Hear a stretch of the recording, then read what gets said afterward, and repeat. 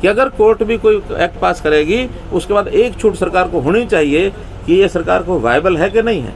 अगर वायबल नहीं है तो कोर्ट दोनों काम करे, या सरकार पैसा दे दे किसान को, नहीं तो ज़मीन वापस लौटा के पैसा ले ले। उसके बाद ये चीज़ें रुकी हैं और उसके बाद तो सुप्रीम कोर्ट ने कई अनाउंसमेंट कम किए कि नहीं, हाई कोर्ट और नीचे जो कोर्ट होते हैं उन्होंने बहुत ज़्यादा लगा दिए। अच्छा, हमें उस पैसे को लेना होता किससे? कंज्यूमर से। HSIDC तो इंडस्ट्री से लेना पड़ेगा, हुड्डा की जो ज़मीन HSBP की होगी तो जो प्लॉट धारक है उससे लेना पड़ेगा। 60,000 प्लॉट धारकों की समस्या थी इस अनाउंसमेंट की, लोग देने के लिए तैयार नहीं थे, हाथ खड़े कर गए। एक बार स्कीम बनाई उसमें लगभग 20,000 आए, फिर अगली बार स्कीम बनाई उसमें 12-13,000 आए। अभी भी कोई 17,000 लोग ऐसे हैं जिनके अनाउंसमेंट बाकी हैं। यहाँ आपके हिसार के भी सेक्टरों के बाकी हैं, वो भी हम लगे हैं कोई रास्ता निकले, और हो सकता है हम 2-4 दिन में उसका रास्ता निकाल के उनको भी फ्री करेंगे, क्योंकि एक बार कोई झमेले पड़े हुए हैं हमारे यहाँ। तो इन पुरानी समस्याओं से बाहर निकलने के लिए इतना समय लग गया कि बहुत ज़्यादा, और उन्होंने कभी ध्यान नहीं किया कि इसमें से कौन मरेगा कौन फंसेगा, लिटिगेशन होगी, क्या होगा क्या नहीं होगा। इतने सुधार के हम काम कर रहे हैं।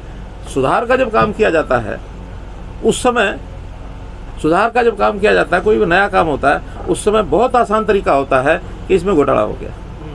जैसे हमने रजिस्ट्रियाँ बंद की, 1 महीना 1.5 महीना बंद की, हमें पता है कि नीचे नीचे गड़बड़ हो रही है। अब या तो सारे स्टाफ की छुट्टी कर दी जाए, सारी सरकार को फेल कर दिया जाए, या उसको आगे कैसे ठीक करना है ये विचार किया जाए। हमने आगे ठीक किया, ठीक हो गया। RT ऑफिस ये हमने ठीक किए। RT ऑफिस में जो तमाशे होते थे नीचे ओवरलोडिंग के इसके उसके, हम लगे हैं उसको ठीक करेंगे। बिजली 4,500 गाँव में हमने 24 घंटे दे दी।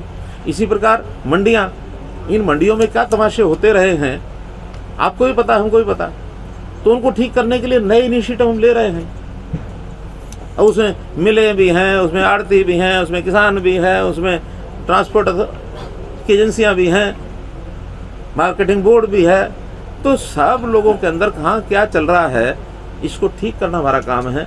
और ठीक करते समय अगर हम ही उजागर करते हैं ये गड़बड़ हो रही है, उसको क्या कह देंगे? घोटाला। सर, बोर्ड ने 4 महीने बाद 25 छात्र छात्राओं को फेल कर दिया, उनका कोई कसूर नहीं है, तो उन पे क्या करोगे?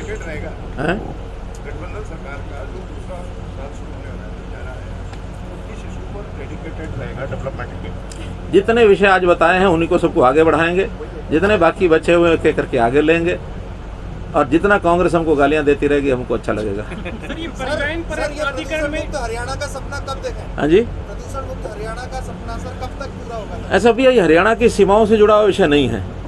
इसमें हरियाणा भी है, दिल्ली भी है, राजस्थान भी है, उत्तर प्रदेश भी है, पंजाब भी है।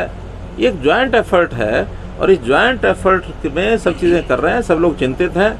आज कोर्ट के अंदर कल सॉलिसिटर जनरल ने ये कहा है कि हम 4 दिन के बाद सेंट्रल को एक कानून बनाने जा रहे हैं। उस कानून के अंतर्गत अब क्या उसके विषय होंगे कानून के, वो आने के बाद पता लगेगा। हम क्या कर रहे हैं ये मैंने सब बताया है कि हम उसमें खास करके पराली का प्रबंधन कैसे किया जाए, ये मैंने सारा बता दिया। परिवहन प्राधिकरण में HPS अधिकारियों की नियुक्ति दी गई है, उसका इंटरडिसिप्लिनरी जो ये डिपार्टमेंट्स दे रहे हैं, इसका मकसद क्या है? देखिए, हमने चूँकि वो पहले हमारे जो ADC थे वही RTA होते थे। अब 22 ADC कम RTA दोनों होते थे। जिस दिन हमको 22 अलग वो अलग कर दिए, वो अलग कर दिए, तो 44 अफसर एकदम 22 बढ़ाने पड़ गए। तो 22 अफसर बढ़ाने के लिए अब HCS की तो संख्या सीमित है, उनको इधर लगा लो या उधर लगा लो। तो इसलिए कुछ उसमें से जो स्पेयर कर सकते थे वो हम HCS अलग लगाए, कम पड़ गए वो हमने क्लास 1 के अधिकारी या HPS वो लिए। इसमें कोई ऐसा विषय नहीं है कि कोई बहुत बड़ा हमने अलग से कोई कल को लोग कहेंगे ये भी घोटाला है कि हमने बाहर के लोग क्यों लगा दिए। आवश्यकता जहां अफसर की होती है उस अफसर को वहां लगा करके रिजल्ट अच्छा चाहिए। रिजल्ट अच्छा लेने के लिए बहुत रास्ते सरकार के पास होते हैं, तो ये सारे रास्ते, उसमें से एक रास्ता ये है कि क्लास 1 के या HPS अधिकारी हमने लगाए हैं। सर, राज्य सरकार 3 कानून लेके आई है कृषि से जुड़े, जिसके विरोध में सेंटर सरकार के मंत्री इस्तीफा दे रहे हैं, आपकी सरकार के नेता आपके साथ छोड़ रहे हैं, आपके चेयरमैन पद तक स्वीकारे नहीं जा रहे हैं। तो क्या समझा जाए, सरकार अपने नेताओं को समझाने में विफल रही है? ऐसा नहीं होता है, हर किसी के कन्विक्शन बनती है। बहुत से ऐसे विषय आते हैं चाहे केंद्र में चाहे प्रदेश में, जब शुरू में लागू किए जाते हैं तो जो लागू करने वाली टीम होती है उसके मन में सारी कल्पना होती है, लेकिन वो पहले दिन ज़मीन पर नहीं उतरती है। उस कल्पना में कुछ तो उसको सोच लेते भी सीधा हो गया, कुछ के मन में आता है कि नहीं इससे नुकसान हो जाएगा। उनकी ईमानदारी पर कोई शक नहीं किया जा सकता। उनको या तो हम समझाएंगे, और या फिर प्रत्यक्ष जिस दिन उनका लाभ होने लग जाएगा, अपने आप ध्यान में आ जाएगा। इसलिए ये ऐसे विषय नहीं है जिसके ऊपर हमें कोई वाद करना है।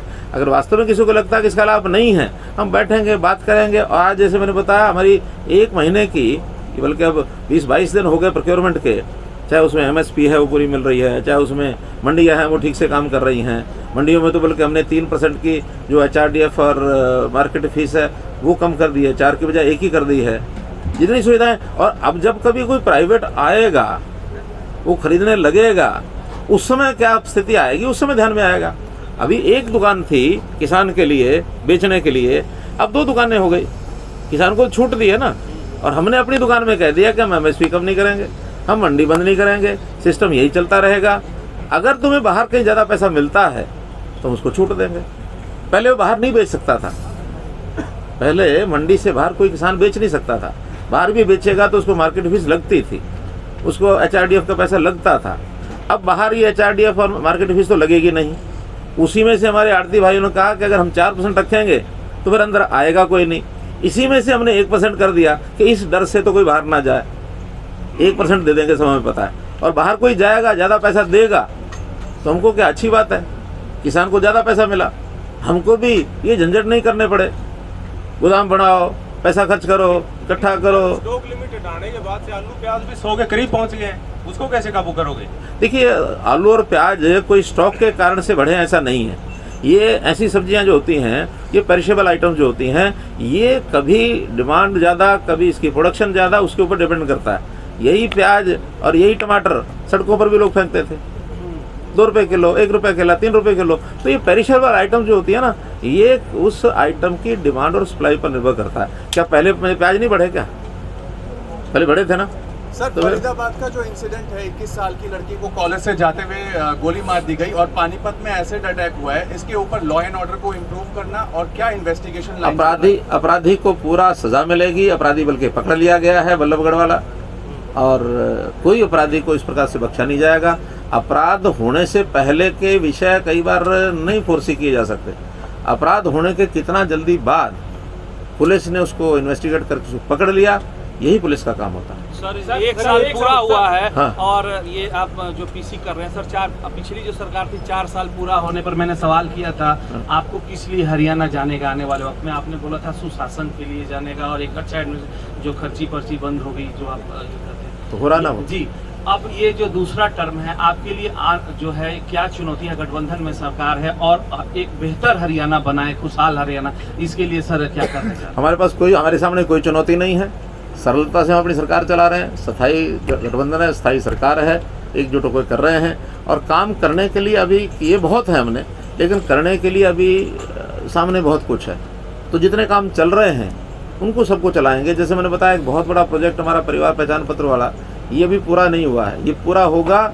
और फिर एक एक व्यक्ति को हम पहचान करके उसकी आवश्यकता क्या है, उसकी क्षमता क्या है, उसमें योग्यता क्या है, ये सब पहचान करेंगे। कोई व्यक्ति अगर गरीब का जीवन जी रहा है तो कैसे उसको उस लाइन से ऊपर उठाया जाए, एक एक को ढूंढेंगे। धन्यवाद।